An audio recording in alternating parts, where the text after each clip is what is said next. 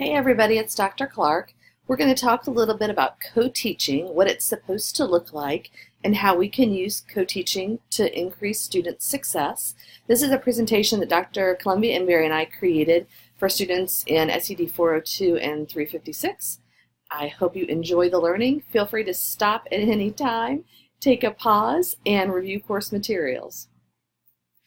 So the first thing we're going to talk about is the definition of co-teaching.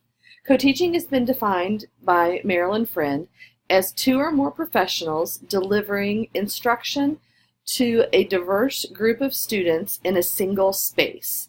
So in Kentucky, we look at co-teaching as two teachers, a general education teacher and a special education teacher, who are both delivering instruction in a general education classroom. The reason that we're using co-teaching more and more across the state and nation is nearly half of the students with disabilities are in general education classrooms more than 80% of the day, and co-teaching is a research-based strategy used commonly to support inclusive practices. When we're thinking about inclusion, you'll see here a picture of a curb cut, and we know that curb cuts provide access to people who use wheelchairs, to people who use walkers, but also to people who use strollers or pull carts to access the same location. And when we talk about co-teaching, we're talking about providing access through instruction. So we have two masters, a master of content, considered the general education teacher, and a master of access, the special education teacher, who helps support all the students in the classroom. When we're looking at co-teaching, it's crucial to remember that co-teaching involves two people with equivalent licensure. Most often it's general education and special education teachers, but can also include people such as speech and language pathologists, occupational therapists, but the key is you must have equivalent licensure. Co-teachers include shared responsibility. They have shared accountability for student learning. It always involves a diverse group of learners in that shared space and a shared schedule. You're in the same place at the same time. And you'll see here we have a master of content, we have a master of access, and both of these masters or teachers are ensuring that there are high expectations for students, we're providing parity and respect, and we have complementary knowledge and skills. The key components for co-teaching are that both teachers are contributing to simultaneous instruction, that teachers are seen as having a relationship of parity, that we're seeing rigorous curriculum, and that we're also seeing embedded specially designed instruction to support students with disabilities. Some of the common beliefs that are needed when two adults are co-teaching together include having an understanding of the student's ability to learn, having a similar view on fairness and inclusivity, having similar understanding about discipline and respect in the classroom, a belief in community, an ability to compromise, as well as other key beliefs that can affect our ability to teach and learn together. Some of the prerequisite skills include those personal skills, pedagogy skills, and discipline-specific skills. When we're talking about personal skills in co-teaching, a lot of times we think about things like a willingness to let go of control, the ability to have a sense of humor, and to recognize that there are many right ways to get to a learning target.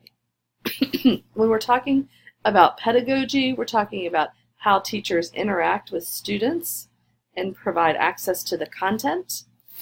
We also have to have similar discipline-specific skills related to the curriculum, about how we're going to go about teaching those skills. We need to have some understanding of remediation of content and appropriate developmental learning.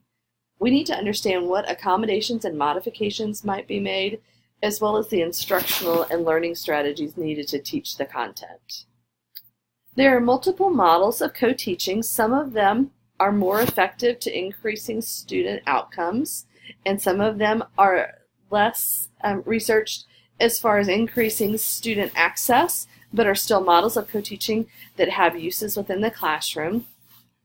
We're going to start by talking about the most effective models of co-teaching for increasing student success. And those 4 models that are considered more effective include team teaching, station teaching, parallel teaching, and alternative teaching. 2 other models that require co-teaching, they require less preparation, but have definite purposes within our classrooms, would be 1 teach, 1 assist, and 1 teach, 1 observe. So let's dig into the models. We'll start by talking about alternative teaching. In each of the models, you're going to see a picture that kind of depicts the classroom. The green dots are the teachers, the orange dots are students, and then the squares or rectangles are representing tables and desks around the room. So in alternative teaching, you see that 1 teacher has most of the students in front, and then another teacher has a smaller group of students together and are learning. This should not always be a general education teacher in charge of the larger group. A special education teacher has just students with disabilities. But these 2 teachers should be changing roles, and groups should be flexibly organized based on learning targets and student learning, so that not always the same groups of students are partnered together. Alternative teaching can be used when we're doing things like the large group is completing a planned lesson and the smaller group is working on an alternative lesson. Or we could be doing the same lessons taught at 2 different levels or taught for 2 different purposes. So maybe a larger group is working on writing a letter to city government, and a smaller group is composing an ad. Both of them might have the same message and learning target, but we're doing 2 different activities. In alternative teaching, we could be doing this. Some additional instruction over a new skill that was presented yesterday, and the other group is going over last night's homework. Both groups come together after those skills are reviewed and then talk as a group. We use alternative teaching when the student's mastery of concepts taught or about to be taught vary greatly, when a high level of mastery is expected of all students, when we look for enrichment, or when some students are working on a parallel curriculum. When we're looking at pros and cons for alternative teaching, this definitely allows for reteaching and pre-teaching. It can let us do some specific skill assessment and strategic instruction. But notice that if we have static instructional groups, it can lead to stigma within the classroom. So we want to make sure that we're varying the purpose of those groupings. Station teaching, or center teaching as some schools like to refer to it, is when teachers divide the content and students rotate from one teacher to another, and sometimes there's an additional independent station. The teacher in each station repeats their instruction 3 times, and students access both teachers and the independent station. When we're looking at station teaching, notice that I've got a teacher here, and this is my independent work group. So station teaching can work really well for an activity such as this. If my groups were learning about the geography of Japan, and then these students are working on haiku, while this other group is learning about economics, students can rotate from group to group to group. Notice that none of this content is hierarchical, meaning you have to understand geography before you can write a haiku. You definitely can use station teaching when you have complex content that doesn't build upon itself, or when part of your lesson should be review, or when several different topics are built together to comprise the main learning targets of the day. Pros and cons is it's definitely a pro that both teachers are engaged with all students, and there's an increased instructional intensity in that you're with a smaller group of students. You can have some great individualization with your groups. The key things to keep in mind, though, is your pacing must match. My group can't end before your group. And students have to be able to work independently at that independent station, or you'll have to provide an alternate task for students. There's also an increased noise level with station teaching that needs to be accounted for in your preparation. Parallel teaching has equal groups divided between two teachers. Both teachers are teaching the same information at the same time, and it allows for more supervision or increased opportunities to respond. So an example of a parallel teaching lesson is students read the book of The Giver, and students got to individually write their own final chapter to the story. Rather than having one large group where just a few students get to share, this classroom is divided into two separate groups where more students will get to share in a smaller group, and those students can be strategically and flexibly grouped to ensure that students are comfortable with the sharing opportunity. We definitely want to use parallel teaching when a lower adult-student ratio is needed, if we want to foster and encourage student engagement and participation, or when we're doing things like drill and practice, reteaching, and test review. Great times to use parallel teaching. Some pros and cons: it's great to have smaller groups and have an increased opportunity for behavior management, and that we can use it for a lot of different purposes. The shared workload is definitely a pro. A con can be that both teachers have to master the content, that our timing has to be right on par so that we're both ending at the same time, and that students and teachers can manage the increased noise level of two teachers teaching at the same time. Our next set of co-teaching model is teaming, where two teachers are delivering content at the exact same time. So here, two teachers standing together, all students facing the teacher.